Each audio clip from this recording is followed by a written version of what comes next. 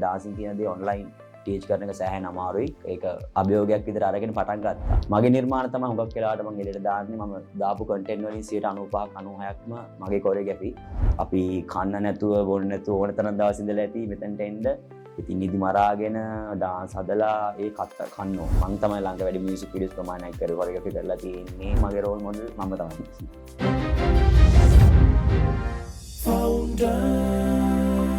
කරුවෙක් සහ වෘත්තීය නාට්‍ය ශිල්පියෙක් විදිහට වැඩ කටයුතු කරගෙන යනවා. සහ මගේ මුල්ම ගුරුවරයා මතක් කරන්න ඕනේ භාස්කර් ප්‍රකාශ්. ඉතින් BK තමයි අපි ආදරේට කියන්නේ. ඉතින් BK ළඟ තමයි මම නර්තන හැදෑරුවේ. ඉතින් එතන අවුරුදු 4ක් නර්තනය හදාarලා තමයි මම මේ ඩාන්සින් ෆීල්ඩ් එක පටන් ගත්තේ. ඩාන්සින් ලයිෆ් එක මුහුණ දුන්න අභියෝග ගොඩාක් තියෙනවා. ඉතින් මම මේ ඩාන්සින් ෆීල්ඩ් එකට එන්න කලින් මම පෞද්ගලික බැංකු 3ක වැඩ කරා. ඉතින් එතන අවුරුදු 7ක් වැඩ කරාට පස්සේ තමයි මම මේ ඩාන්සින් ෆීල්ඩ් එකට එන්නේ.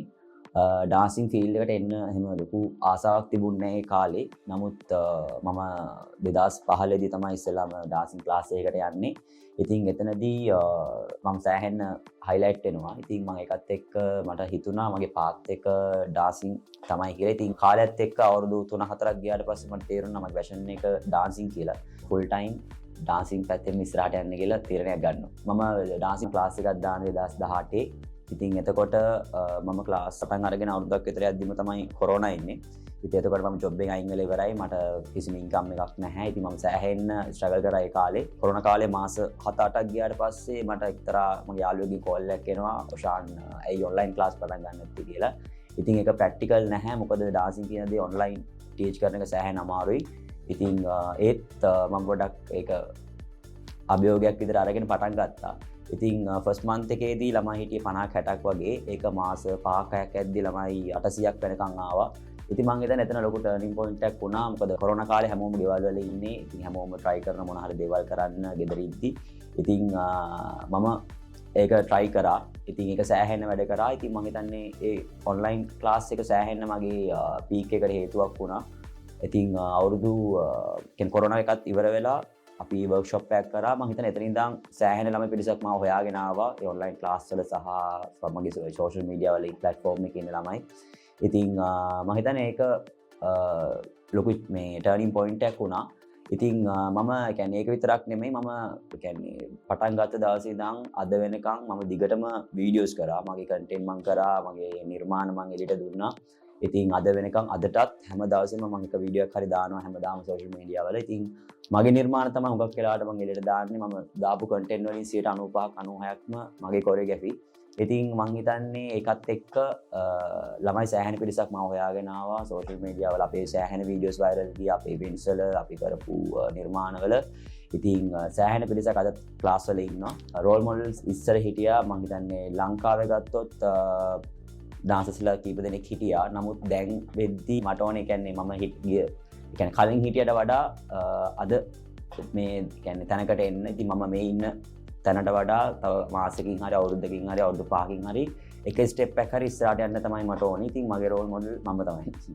පර්සනල් ලයිෆ් එක කියන්නේ මම ගොඩක් වෙලාවට ඉන්නේ යාළුවොත් එක්ක. ඒ කියන්නේ ගොඩක් වෙලාවට කියන්නේ මගේ ක්ලාස් එකේ මගේ ස්ටුඩන්ට්ස්ලාත් දැන් මගේ යාළුවෝ වගේ තමයි. ඉතින් ගොඩක් වෙලාවට මම ඉන්නේ යාළුවොත් එක්ක. ඉතින් අපි ගොඩක් වෙලාවට සෑහෙන වැඩ පිළිසක් කරනවා. මම මොකද දවස් 7න් දවස් 5-6ක්ම ක්ලාසස් වලට යනවා. සහ අපි ඉවෙන්ට්ස් යනවා. මියුසික් වීඩියෝස් කොමර්ෂල්ස් ගොඩක් වැඩ කරනවා.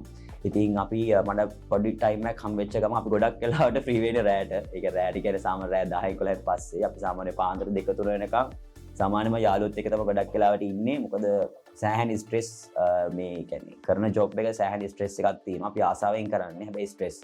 ඉතින් අපි ඩාන්ස් එක හදන්න උනත් සාමාන්‍ය පැය 2-3ක් යනවා. ඒක මාරි ස්ට්‍රෙස් එක. අපි ඒකත් හදන්නේ රෑට. ඉතින් ගොඩක් වෙලාවට මම ස්ට්‍රෙස් එක රිලීස් කරගන්නේ ගොඩක් වෙලාවට මගේ යාළුවෝ පිරිසක් ඉන්න ඒගොල්ලොත් එක්ක තමයි ගොඩක් වෙලාවට ස්ට්‍රෙස් රිලීස් කරගන්නේ. ඉතින් පර්සනල් ලයිෆ් එක ගොඩක් අපිට කියන්නේ මේක මගේම දෙයක් නේ. ඉතින් මට අර ජොබ් එකකට ගිහලා එහෙම හිර වෙන්න දෙයක් නැහැ. මට කියන්නේ ගොඩක් වෙලාවට මගේ වැඩ එහෙම කරගන්න පුළුවන්. බැලන්ස් කරගන්න පුළුවන්. ඉතින් මගේ පර්සනල් ලයිෆ් එක කිසි ප්‍රශ්නයක් නැහැ. ඒක බැලන්ස් එක යනවා. ඩාන්සින් වලින් ඇරෙන්න වෙන බලාපොරොත්තු කියන්නේ ඇත්තටම කියන්නේ සිං කරන්න ආසාවක් තියෙනවා. ඒක ඒ කාලේ ඉඳන් තිබ්බ දෙයක්. ඒකයි මම තාම එහෙම මුකුත් කරලවත් නැහැ. මට ඕන උනේ ඒ කියන්නේ මගේ කියන්නේ එක පාත් එකක් හරියට හදාගන්න. ඉතින් මගේ තිබ්බ ටැලන්ට් එක ඩාන්සින්. ඉතින් මම ඒකේ මම හිතන්නේ සෑහෙන ලොකු දුරක් ඇවිල්ලා තියෙනවා. ලොකුම දුරක් ඇවිල්ලා තියෙනවා. සෑහෙන ගොඩක් දේවල් අචීව් කරලා තියෙනවා මේ වෙද්දි. ඉතින් මම හිතන්නේ තව කාලයක් ඕනේ. ඒ කාලෙත් ගිහිල්ලා තමයි මම කියන්නේ ආසාවක් තියෙනවා මට කියන්නේ සෑහෙන කන්ටැක්ට්ස් තියෙනවා අද වෙද්දී සෑහෙන ආටිස්ට් ප්‍රමාණයක් අඳුරනවා සෑහෙන කන්ටැක්ට්ස් ප්‍රමාණයක් තියෙනවා. තාම පටන් ගත්තේ නැහැ. ඒක ඉස්සරහට කරන්න හිතන් ඉන්නවා. ප්ලෑන්ස් ගොඩක් තියෙනවා. ඒ කියන්නේ වැඩ ගොඩක් කරලා තියෙනවා. ඉතින් මේ වෙද්දී මම තමයි ළඟ වැඩි මියුසික් වීඩියෝස් ප්‍රමාණයක් කොරියෝග්‍රැෆි කරලා තියෙන්නේ. එතකොට මේ දවස්වල මූවිස් අපි 5ක වැඩ කරා. දැන් තව එක මූවි එකක් කරන්න තියෙනවා ළඟදී. ඉතින් සෑහෙන වැඩ ප්‍රමාණයක් කරලා තියෙනවා. ඉතින් මට ලොකු ආසාවක් තියෙනවා ඉන්දියන් ෆිල්ම් එකක කොරියෝග්‍රැෆි එකක් කරන්න. ඉතින් ඒක දන්නේ කරන්න පුළුවන් ඒද කියලා ලොකු ආසාවක්. ඉතින් සෑහෙන ජීවිතේ දැන්ට අවුරුදු 3-4කට 5කට කලින් හිටපු දේවල් ගොඩාක් අචීව් කරලා තියෙන මේ වෙද්දි. ඉතින් අර අවුරුදු 5කින් කරන්න කියලා එහෙම ලොකු කියන්නේ ලොකුම ඩ්‍රීම් එකක් නෑ. හැබැයි පුළුවන් තරම් වැඩ කරලා ජීවිතේ පුළුවන් තරම් යන්න පුළුවන් උපරිම තැනකට යන එක තමයි එකම ඩ්‍රීම් එක. ඇත්තටම ඉස්සර තිබ්බට වඩා සෑහෙන්න දැන් කට්ටිය වැඩ කරනවා. ඉතින් ඉස්සර හිටියේ 3-4 දෙනෙක් තමයි වැඩ කරන්න. සාමාන්‍යයෙන් අපි ගත්තොත් කොමර්ෂල් එකක් ගත්තත් එතකොට මියුසික් වීඩියෝස් ගත්තත් දැන් සෑහෙන කම්පිටිෂන් එකක් තියෙනවා. ඉතින් මං හිතන්නේ ඉස්සරට වඩා සෑහෙන කට්ටිය ඩාන්සින් වලට නැඹුරු වෙලා තියෙනවා. මොකද ඉස්සර එච්චර ට්‍රෙන්ඩ් එකක් තිබුණේ නැහැ ඩාන්සින් වලට. ඒ කියන්නේ ගෙවල් වලින් සපෝට් එකක් තිබුණේ නැහැ. නමුත් දැන් සෑහෙන ළමයි පිරිසක් ඩාන්සින් ක්ලාසස් වලට යනවා. එතකොට ඩාන්සින් කියන්නේ හුඟක් ට්‍රෙන්ඩ්ස් එනවා. අපි ගත්තොත් සෝෂල් මීඩියා වල TikTok වුණත් YouTube හැම තැනම හුඟක් ට්‍රෙන්ඩ්ස් එනවා. ඒක ගොඩක් කට්ටිය try කරනවා. ඒක හොඳ දෙයක්. ඉතින් මේ ෆීල්ඩ් එකම තමයි ඩෙවලොප් වෙන්නේ එකෙන්. ඉතින් මං හිතන්නේ ලංකාව ඇතුලේ ගොඩක් අලුත් ළමයි හැමදාම එනවා. ක්ලාසස් වලට ගොඩක් කට්ටිය එනවා. ගොඩක් තියෙන අඩුපාඩුවක් තමයි ක්ලාසස් ළමයි එනවා. සමහර කට්ටිය මගදී නවතිනවා.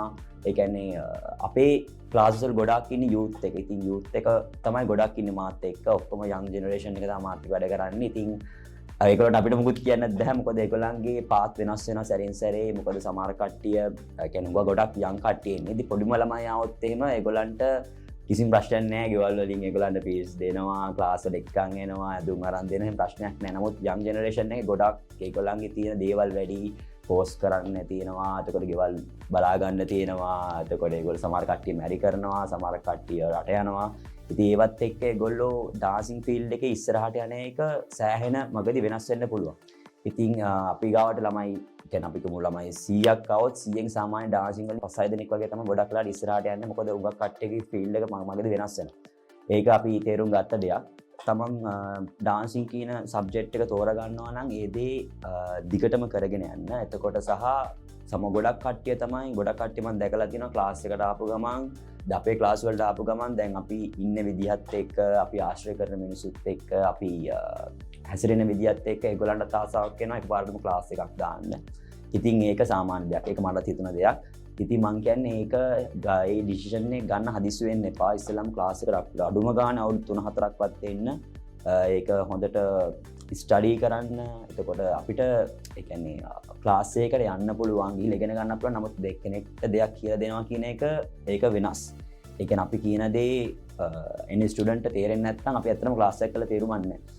ඉතින් ක්ලාස් එකක් කරන්න තමන්ට ඒක හොඳ එක්ස්පීරියන්ස් එකක් තියෙන්න ඕනේ, කාලයක් ඩාන්සින් කරලා තියෙන්න ඕනේ සහ තමන් ඒ කියන්නේ අපි ක්ලාස් එකක් කරන්න කලින් එකන අඩුම ගානේ ඉන්න දෙන්න 3 දෙනෙක්ට හරි ක්ලාස් එකේ ඉන්න අලුතෙන් එන ස්ටුඩන්ට් කෙනෙක්ට හරි ඒ දේ කියලා දෙන්න ඕනේ. ඉතින් එතනින් අපි පොඩි එක්ස්පීරියන්ස් එකක් ගන්න පුළුවන් කොහොමද ක්ලාස් එක කරන්නේ කියලා. ඒක එක අඩුපාඩුවක්. සහ මේ ඩාන්සින් ෆීල්ඩ් එකේ රැඳිලා ඉන්නවා කියන එක සෑහෙන අමාරු දෙයක්. ඒ කියන්නේ මම හිතන්නේ ලංකාවේ ඩාන්සර්ස් ලගෙන් කීප දෙනයි මං හිතන්නේ අද වෙද්දී හොඳ තැනක ඉන්නේ. හැමෝම කියන්නේ මම කියන්නේ හැමෝම හොඳ තැනක නැහැ කියලා. නමුත් කීප දෙනයි. ඒ කියන්නේ මං හිතන්නේ ඒ කියන්නේ අපි ඒ කියන්නේ මාසෙට මේ ගාණක් හොයනවා මේ ගාණක් හොයනවා කියන එක නෙමෙයි. මං කියන්නේ තැනකට ඇවිල්ලා තියෙනවා කියන්නේ සෑහෙන අතලොස්සක් තමයි ඉන්නේ. ඉතින් ඒකට යන්න සෑහෙන කැපවීම ප්‍රමාණයක් කරන්න ඕනේ. ඉතින් අපි මේ කට්ට කෑවා. අපි කන්න නැතුව බොන්න නැතුව ඕන තරම් දවස් ඉඳලා ඇති මෙතනට එන්න. ඉතින් නිදි මරාගෙන ඩාන්ස් හදලා ඒ කට්ට කන්න ඕනේ. ඒ කට්ට කන්න පුළුවන් නම් තමයි ඩාන්ස් ෆීල්ඩ් එක ඉස්සරහට යන්න පුළුවන්. සමහර කට්ටිය ආපු ගමන්ම ගොඩක් වැඩ කරන්න යනවා, ක්ලාසස් 3-4-5 දා ගන්නවා. ඒ කියන්නේ ඒක නෙමෙයි වෙන්න ඕනේ. තමන් ඩාන්සින් ඉගෙන ගත්තට පස්සේ ඉස්සෙල්ලා මේක ක්ලාස් එකක් දාලා ඒකට ફોකස් එක දීලා ඒක යම්කිසි ළමයි ප්‍රමාණයක් ආවට පස්සේ තමයි අපි තව ක්ලාස් එකකට යන්න ඕනේ. මමත් කරේ ඒ විදිහට. ඉතින් මං කියන්නේ හැමෝටම ඩාන්ස් කරන්න ආසයි නම් ඒ දේ අනිවාර්යෙන් උනන්දුව උත්සාහය කැපවීමත් එක්ක යන්න ඕනේ. සහ තමන් ඒක ප්‍රැක්ටිස් කරන්න ඕනේ. ඒ වෙනුවෙන් මහන්සි වෙන්න ඕනේ. එතකොට තමන්ට ඒ පාත් එක හදාගන්න පුළුවන්. ඒක තමයි ලොකුම දේ. තමන් කරන දේ ආසාවෙන් උනන්දුවෙන් කැපවීමෙන් කරන්න අනිවාර්යෙන් වර්ධින්නේ.